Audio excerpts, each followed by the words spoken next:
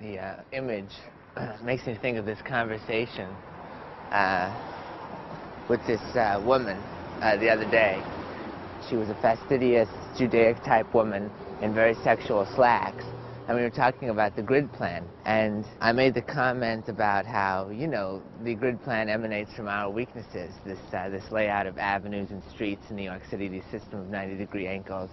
To me, the grid plan is Puritan, it's homogenizing in a city where there is no homogenization available. There is only total existence, total cacophony, a total flowing of human ethnicities and tribes and beings and gradations of awareness and consciousness and cruising.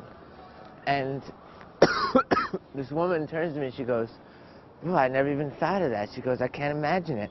Everyone likes the grid plan."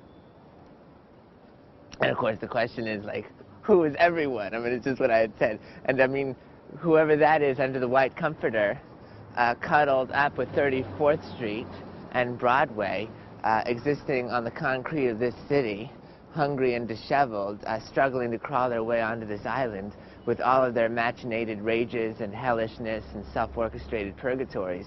I mean, what does that person think about the grid plan? Probably much more on my plane of thinking, my gradation of being, which is let's just blow up the grid plan and rewrite the streets to be much more a self-portraiture of our personal struggles, rather than some real estate broker's wet dream from 1807. We're forced to walk in these right angles. I mean, doesn't she find it infuriating? By being so completely allegiant to the grid plan, I think most noteworthy is this idiom, "I can't even imagine changing the grid plan."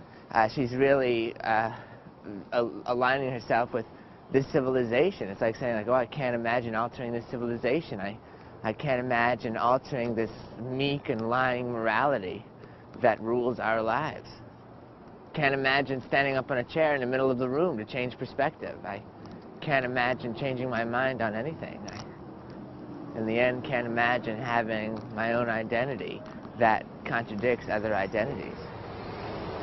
When she says to me, after my statement, "Everyone likes the grid plan," isn't she automatically excluding myself from everyone? How could you not like the grid plan? So functional.